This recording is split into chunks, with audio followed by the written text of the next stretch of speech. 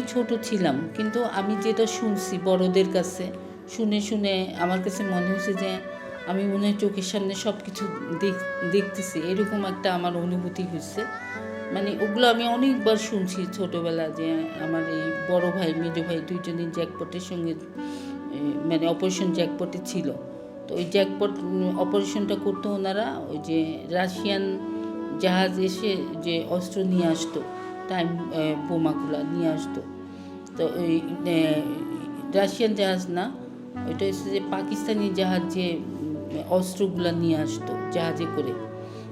তো তারা করতো কি, রাশিয়ান মাইন নিয়ে শরীরে বেঁধে তারপরে কর্ণফুলী নদীতে, ওই জাহাজগুলি তো কর্ণফুলী নদীতে থামতো, তো কর্ণফুলী নদীতে তারা করতো কি, ঠিক ওনারা যখন নদীতে ঝাঁপাই পড়বে মাইনগুলি শরীরে বেঁধে, তখন একটা গান বাজতো, কালুরঘাট বেতার কেন্দ্র থেকে একটা গান বাজতো।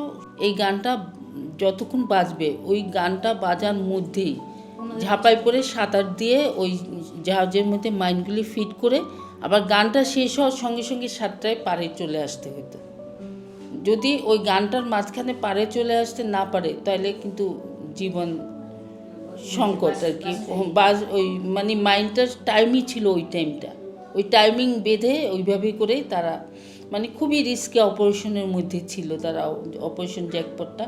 এবং এই সংক্রান্ত বইও আছে, আমার ভাইও লিখে গেছে এবং অনেকেই লিখে গেছে। আবু সাঈদ সর্দারের সাথে তো আমাদের পরিচয় মুক্তিযুদ্ধের সময়, এবং আবু সাঈদ সর্দার এদিকে অসম্ভব কর্মঠ ছিলেন। বিশেষ করে শেল্টার ছাড়াও এই যে অপারেশন জ্যাকপট যেটা হয়েছে, সেখানে মূল বিষয় আবু সাঈদ সর্দার এবং মৌলভী যারা ছিলেন তাদের ভূমিকাটা অত্যন্ত গুরুত্বপূর্ণ। যেমন লিম্বেট মাইন্স অস্ত্র মিরেশাহী থেকে এখানে আনা, এখান থেকে বাংলা বাজার দিয়ে ওইদিকে পাঠানো অপারেশন স্পটে, এই কাজগুলোর সাথে আবু সাঈদ সর্দার অত্যন্ত ঘনিষ্ঠভাবে জড়িত ছিল। এখন সে কেন আত্মহত্যা করলো ওইটা আমার বুঝে এখনো আসে না, কারণ বেশ ধীর ছিল এবং শান্ত স্বভাবের ছিল। সে অ্যারেস্ট হয়েছিল মুক্তিযুদ্ধের সময়।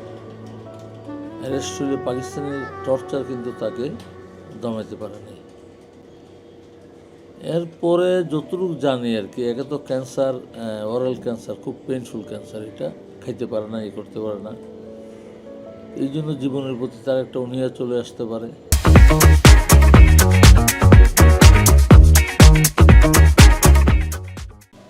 ওনার ট্রিটমেন্টটা আমরা শুরু করি ডিসেম্বরে, ধরা পড়ে ক্যান্সারের। তারপর থেকে ট্রিটমেন্ট শুরু করি, 1 মাসের মধ্যে আমরা অপারেশন, 1.5 মাস পরে থেরাপি, আমরা সব কিছু শুরু করে দিয়ে এর ফাঁকে ফাঁকে আমরা পিএমের অফিসে, মুক্তিযোদ্ধা সংসদ কমান্ডার ওখানে, তারপরে আরেকটা সমবায় সমাজ কল্যাণ অধিদপ্তর, ওইখানে আমরা অ্যাপ্লিকেশন করি অনুদানের জন্য।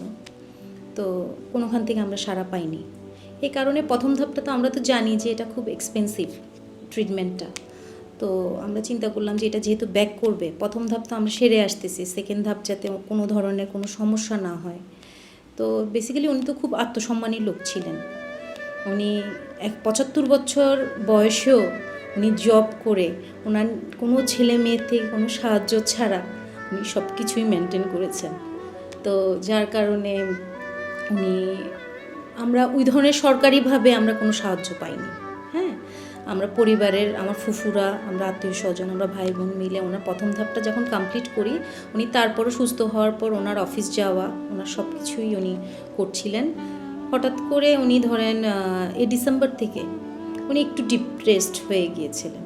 ডিপ্রেসড বলতে ধরেন উনি অফিস রেগুলার যেত না। ওনাকে কয়েকবার আমার মেয়ে জিজ্ঞেস করেছিল যে, বাবা তুমি, নানু আপু কেন তুমি অফিস যাও? বলেছে না, আমাকে সবাই ওইভাবে অ্যাকসেপ্ট করতে পারে না। শুধু এই জিনিসটা জানি আমি। হ্যাঁ, বলেছে আমার মেয়েকে। তো বলেছে মানে, উনি আবার কথা ঘুরিয়ে দিয়েছে। তার মানে উনি আসলে ধরেন ওনাকে কেউ ইগনোর করবে, এটা উনি তো ইগনোর করার মতো মানুষ না, উনি এটা মেনে নিতে পারে না মেন্টালি, বুঝছেন? তো তারপর তো ওনার ক্যান্সারটা আবার ব্যাক করছিল, তখন চিন্তা করছিল আবার আত্মীয় স্বজন বা ছেলে মেয়ের উপর একটা ধাক্কা আসবে। কারো থেকে তো কোনো ধরনের উনি পায়নি, সরকার থেকে বলেন, ইয়ে থেকে বলেন, তো যার কারণে আমার মনে হয় এটা ডিপ্রেশন থেকে উনি এই পথটা বেছে নিয়েছে, মেন্টাল প্রেশারে। আর হচ্ছে ওর সাথে যে কথোপকথন হয় শেষ ফাঁসি নেওয়ার আগে আমার সাথে কথা হয়নি, আগের দিন কথা হয়েছে।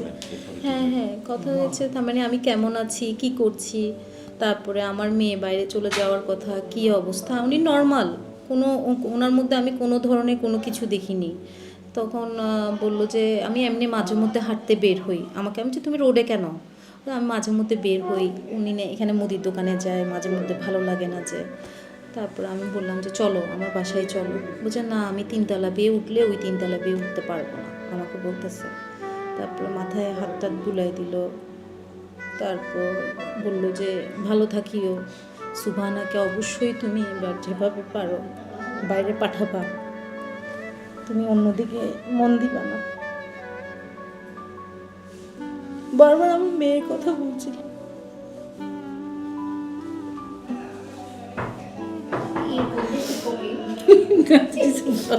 খুব জ্বালা লাগতেছে। এই আর কি, এই লাস্ট কথা আমার সামান্য এই দুটি কি হাঁটতে হাঁটতে যা হলো আর কি সিডিএতে, আর কিছু